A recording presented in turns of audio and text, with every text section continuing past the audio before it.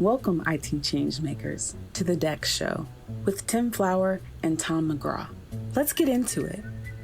Hello and welcome to the DEX show within a show, Reality Bytes.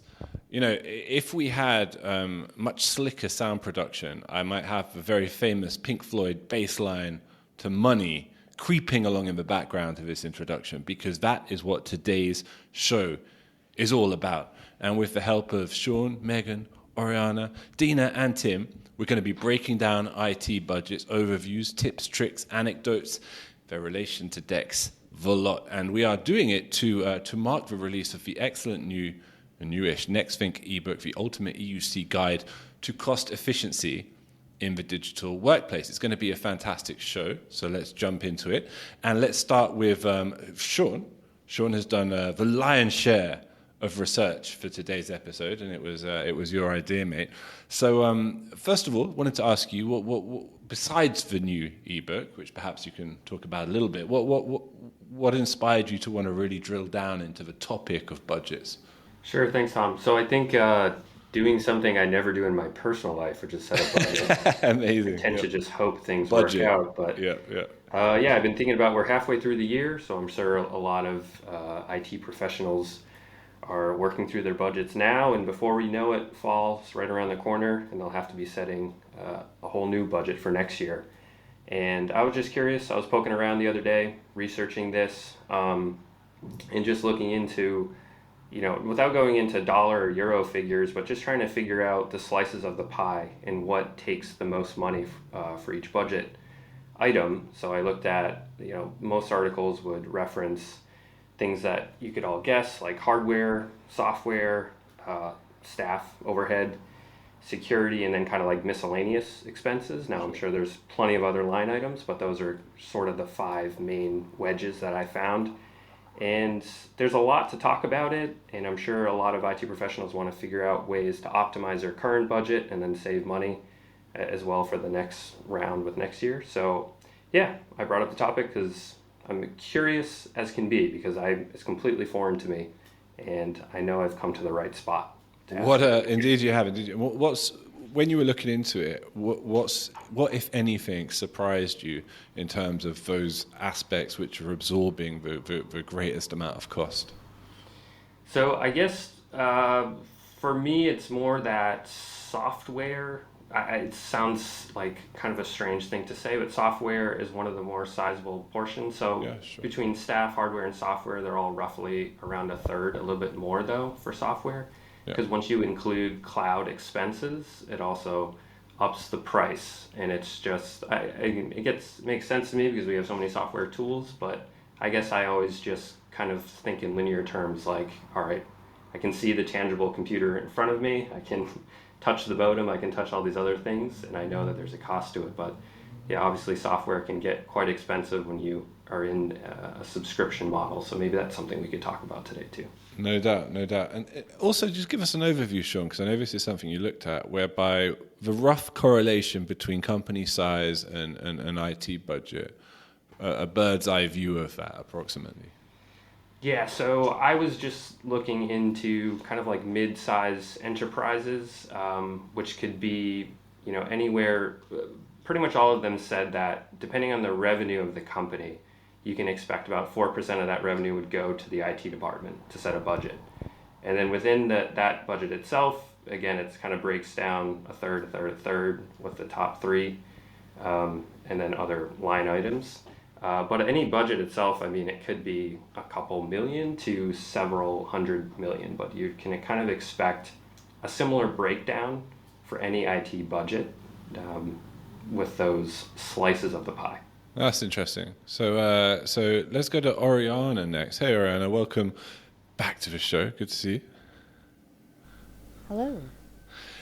From what you've read on the topic, Oriana, I think you probably are the best read reality biter here, especially on these technological topics. What are the major challenges that stand out to you that IT budgets present to the teams trying to balance them?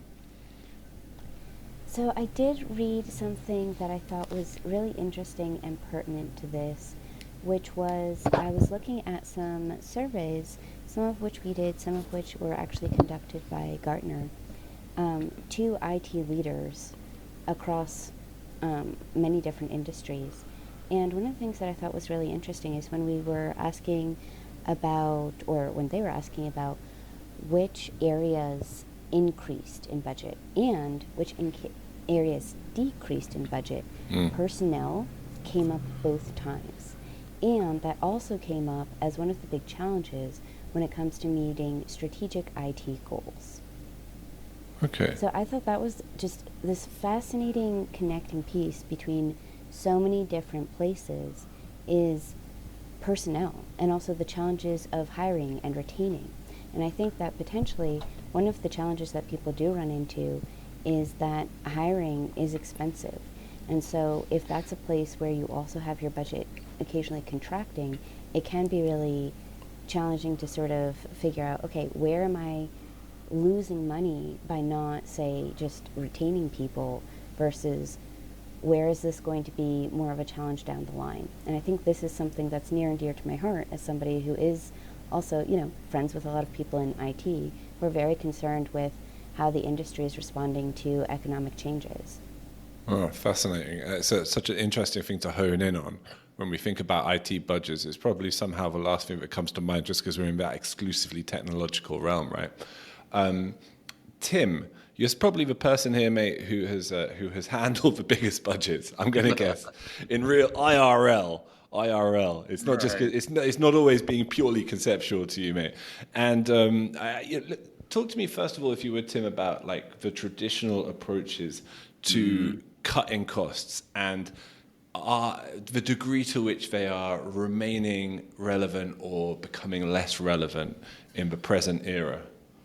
Yeah, there's so much to talk about there, Tom. So a large enterprise that I'm intimately familiar with, won't go by name, but 45 at the time. 45, was it 45 at the time? No, we'll go with 30,000. Okay. And when we were in a 30,000 people environment, the IT budget all in, this was business applications, application development, and all the infrastructure that Sean's laid out here, was $1.2 billion. Whoa. Yeah, so it was easy to look at that 1.2 billion spread across lots of different departments and say, all right, everybody give me back 10 million. Yeah. And that was kind of the tactical way to say, we're cutting the budget down, and they would move things around, but a $10 million task, then that department, it was up to them on how to achieve the task. And the old school way is to get out your Excel spreadsheet or your PeopleSoft ledgers and start to delete line items, either based on data or, hey, let's cut this down and see if there's an impact. And I look at that budget cutting process of just deleting line items or reducing line items as the old school. And the reason it doesn't work anymore is that all of that hard work has largely been done over the years and decades. You cut anymore and you start cutting into bone, right? You can't cut your way to profitability. Right. So the way we looked at it was we need to do things smarter and improve speed and quality so that we're not as expensive. It's kind of looking at things the reverse way. Don't look at cost first. Look at speed and quality. Improve those.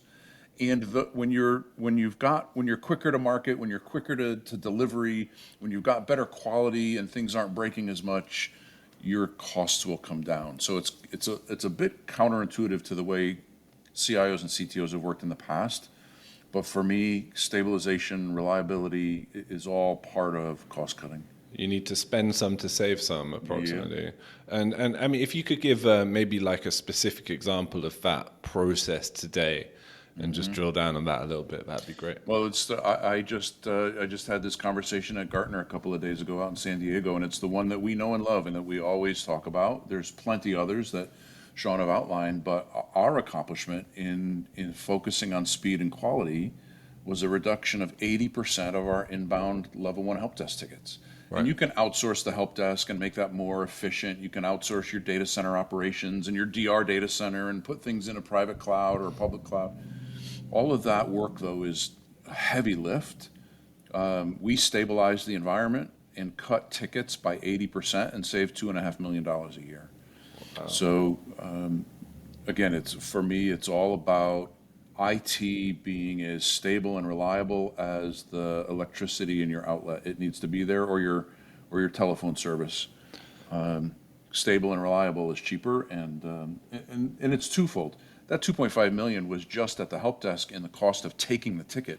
It had no calculation on the benefit to the business and the fact that they had 80% fewer tickets to call and fewer issues occurring, and they're more productive and more profitable. So that's job number one, is fix the environment. And Sean mentioned software. How is that whole space, the SAM space, it sort of has traditionally gone by? How is that changing in the present age of kind of increasing amounts of SaaS applications, and what are the tips for approaching that challenge or that opportunity?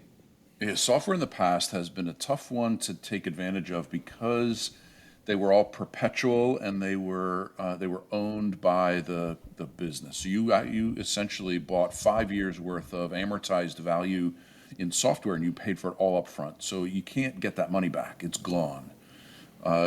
Software as a service and subscription software is a lower barrier to entry. You only have to pay for 1 year, and then you decide if you want to re-up.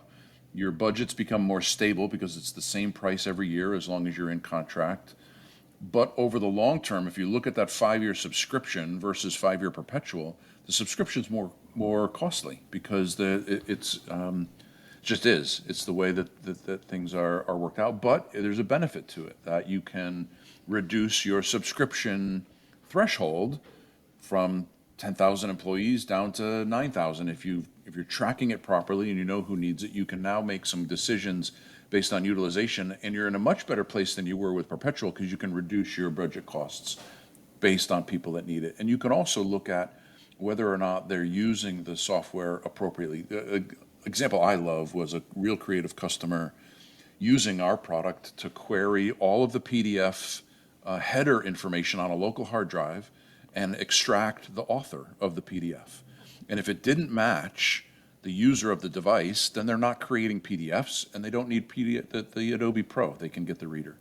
So you can get real creative with who uses what software and for what purpose, and save more money now than you could have under perpetual. And the analogy or the analogous kind of use case for savings always stands out to me as the hardware lifecycle story.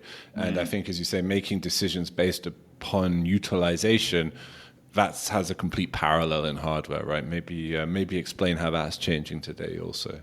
Yeah, so many of our customers are moving to health and utilization to drive refresh programs versus age.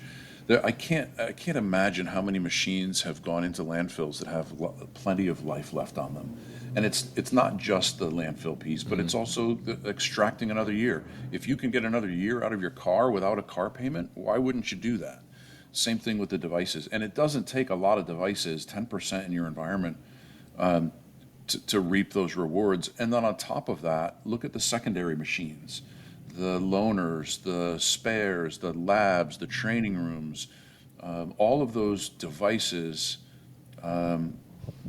have a utilization footprint, and who's using them, who's not, and start pulling them back if they're not being used. So hardware and understanding not just the power that they need and what you need to give them, but understanding how it's being consumed and what life it has left on it, it's intelligent hardware refresh, and it can save a ton. I love it. We're gonna go to Megan and Dina momentarily to hear their thoughts and recollections from talking to more customers. But I thought before we do, Tim, I thought we should give Sean the opportunity to quiz the $1 billion man over here on any questions he might have from his research and any ambiguities that it throwed up that you didn't address there. Sean, you got any further questions for Tim on the budget? Not really. I think maybe one is the miscellaneous topic to me kind of stood out because it was one that I never think of. And what I saw in my research is it can be anything could go into that regarding, like, for example, telecommunications, or maybe having to hire consultants or maintenance, contingency funds. I don't know if you have any experience or stories, personal stories in that regard, or any comments. Yeah. The one thing that I felt might fall into that category that's not in any of the other four, or even in listed in miscellaneous, is invest, right? Future technologies, future advancements, analysis of things. We would go into projects knowing that, I don't know what the percentage is, 50, 60, 70% of the analysis work that we do would probably make, just hit the cutting room floor. But you've got to analyze and test and look at emerging technology to see what's going to make sense. So the five categories you have here are kind of the operational, keep the lights on. You need some sort of invest for futures, and the more you spend on ops, the less you have on invest. So there's got to be a category in there to set some dollars aside to look for future things. And then the other one is the great unknown, the variable things that are tough to budget for. The first is wide-scale outages or unanticipated outages. And the second is technology is moving so fast, nobody budgeted for integrating AI into their operations 6 months ago or even 3 months ago. So we typically budget cycles are 12 months long, and you've got to start 6 months before the next budget. So you're 18 months out of trying to figure out what you're going to do, and it doesn't cut it anymore. You've got to be more nimble with budgeting and set some dollars aside for investment. Yeah, and one more for you, Tim, before we do move on, which is what Oriana raised around kind of contracting budgets and its effect on personnel, and the sort of changing landscape of IT skills and requirements there. What are your thoughts on that? I see there's kind of pros and cons to it. The con or the impact, the pessimistic impact on employees or causing them to become pessimistic is the not again, right? We're gonna save $10 million every year. How frequently are they gonna ask us to cut these budgets? But on the flip side, it opens up avenues to look at creativity and investing in things that will actually do greater good, both for IT and for the business, and a chance to show IT's creativity and value, and look at cutting dollars as a way to get smarter. So I think there's you got to have the right point of view. I love our chief marketing and strategy officer. You've seen his concept of the Uberization of IT, right? I don't need to own the hardware. I don't need to own the software. I don't need to own the infrastructure, but I need to connect my employees with the digital workplaces that drive our business, and that connective tissue and service delivery and experience delivery is more important than owning a room full of servers. Superb. And okay, so let's go to Megan and Dina, both of whom engage with customers in quite distinct contexts. Megan, let's start with yourself. Any real world examples of businesses that you've spoken to who have been able in creative and significant ways to make real tangible savings? Yeah, definitely. And actually something Tim just said really kind of, I think, connects nicely to this, the idea of doing things smarter, right? Like you can't cut your way to productivity. You have to be able to innovate and find new ways of doing things. And we had a customer get on stage in New York last year at EE and tell just like the most beautiful story of how they were using our product and automation to really, I think, completely change the way they were thinking about end user computing and IT. And I think that presentation, I know it's made a lot of ripples here. I think it kind of opened the doors to all of us of like, oh, this is the art of what's possible, not in the future, but right now. So they took our product, right, next thing, a DEX tool, which focuses on the endpoint and the end user, and said, all right, let's automate the issue identification, right? So let's have this machine, this tool, find issues as they come up, but not only find them, but let's like put in the common fixes and the issues that we know of and the diagnostics so that it can also automatically remediate these. And so they kind of took that automation to the next level. It was sort of end-to-end automation. And by doing that over the course of 5 years, they were able to see that for user-submitted tickets, 75% of them could be automatically remediated. Like that. No work at all for the IT team. And for issues that maybe users weren't reporting, Nexthing could find them, and then 95% of those could be automatically remediated. So you basically have like an entire IT team doing all this work for you, except it's not an IT team. It's just automatically happening in the background, and you're just checking on it. So I think that speaks to like the power of innovative thinking, of being willing to do things smarter, to make that investment, to cut costs. Because over the same 5 years that they ran this project, they were able to get their total costs down 54%, from $62 to $28 million. So that's a massive number. So I think that speaks to the power of that. Megan, the numbers that I was talking about too is the IT budget. Their impact was on the business, and I did the on-stage analysis of this customer. It was awesome. They didn't just calculate; they measured an improvement in productivity in hours to the business of 800,000 hours. It's an equivalent of 400 people over the course of a full year doing nothing. That productivity loss that they gained back is 400 people. Can you just imagine going to the market and hiring 400 people and have them sit in a room all day, every day for a year and do nothing? It's huge savings to the business. Yeah. So that's the story that came to my mind when Sean brought this topic to us. It's just I think that it feels like an aspirational story, right? Like it's so massive what they did, but I also think that it's very realistic and that businesses really could put something like this in motion. So yeah, that's the cool story from my side. And if you want to see that whole story, you can go to nextthink.com/experience. You'll have to go down and find the button for the 22 recap, but it's called Experience Evolution. Very, very well plugged. And it's a great example as well of the kind of the dynamic whereby you invest to save, and similarly it's kind of paralleled by the huge explosion that customer had in IT tickets to begin with, and then their massive contraction as everything was automated and made that much more efficient, as you've described. Right, Dina, you're somebody who works with customers plentifully. And I was wondering if you could share any of your anecdotes as well to round things off around savings. Yeah, to add some figures to the facts that Tim mentioned earlier about the software and the utilization. We have one of our multinational corporations.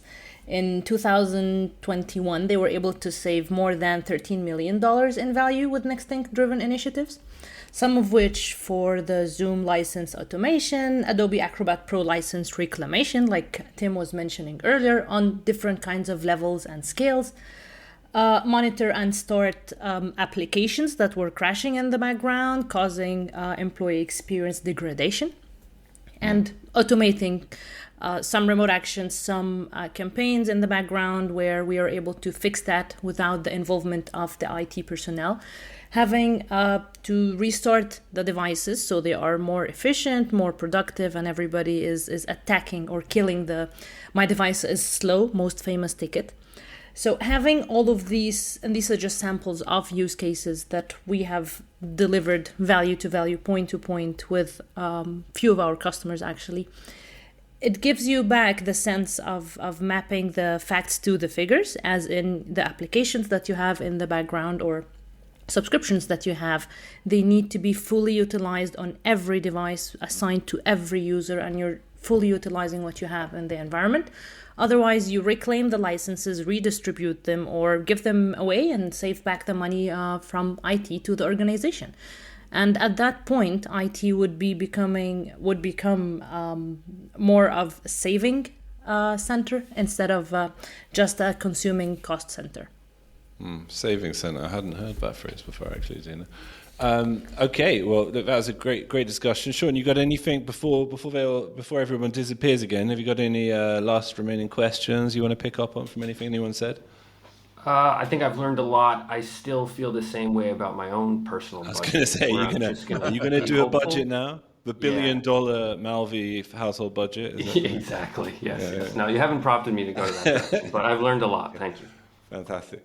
Okay, look, it was a great overview, everybody. Thanks so much for participating. And just to direct listeners to the ebook that I mentioned at the top of the show, which I should add now, if you've listened to it all, is absolutely free, and you can get it on the NextThink resources page, and there will be links in the show notes. It's the ultimate EUC guide to cost efficiency in the digital workplace, 4 industry-proven tips to reduce IT costs without reducing quality or speed.